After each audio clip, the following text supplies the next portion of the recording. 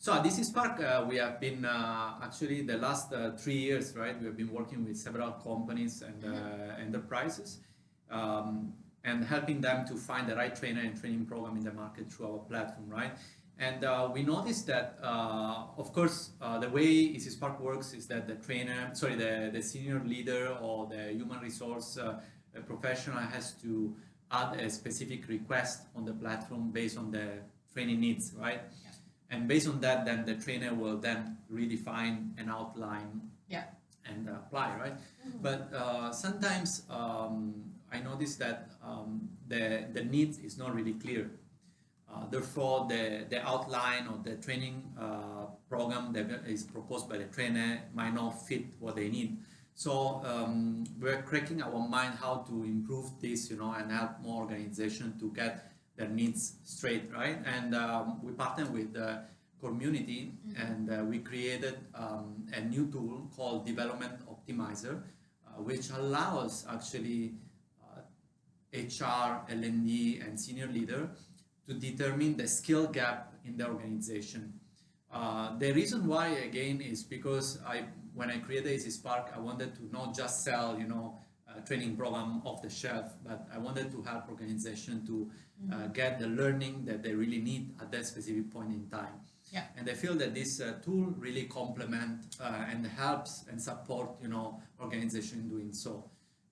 So I think Veronica here can tell us a little bit more about, what do you think the 3 benefits, the development optimizer or DO can bring to organization under your point of view? Yeah, I think thanks for the thing that you have mentioned just now. Definitely, what it will ultimately help is, I think most importantly, is to get that clarity, right? So maybe I will go a bit more in depth in terms of what kind of clarity you will be able to get from your people, especially before you start investing in developing them, yes. Right? And when we talk about clarity of the gap, a lot of the time we might only focus on just one thing, like, what is the technical skills or what kind of skills that is needed. But in order to bridge a gap of a group of people to become a performing team, there are usually different kind of areas or things that we can tap into or to look at. Yeah. So one clarity is definitely, for example, the gap between the leadership of the team leader and team members. Mm. So if I, as a team leader, I want to drive a performing team that is, let's say, I want them to be more adaptive to change, to have more ownership and more proactiveness, that is the kind of mindset or behavior gap that I'm seeing, right? So we will provide clarity in terms of where are your people in these areas, right? Let's say you want an agile team, then how many people are already kind of having this naturally in them, or quite a few number of them might find it a bit difficult because they might just be someone who is more having the trait of like planning ahead. They need more, step-by-step guidance and all. And so I think one thing is definitely the gap between where the team leader wants the team to be and where are your current people at, right? So before you start investing into the trainings and all, you know who to tackle and also what kind of things you need. So I think definitely second one is more for your business performance as well. What are the skills needed to bridge your team or your organizations to performance, right? So it depends highly, including your business nature, industry nature, for example. And then from there, we evaluate based on the market as well. So let's say today, if you are in e-commerce business, right? So what we'll study is based on market as well, or in this industry, what is the skills that's needed? Your team or your organization skills level is at here as compared to where the normal market is. So a benchmark essentially. Yes. Okay. So it allows you to know clarity as well. Like apart from, I just need digital skills, I just need all these upskilling things. Where am I heading to? Having a very strong focus and also knowing how big the gap that we are going.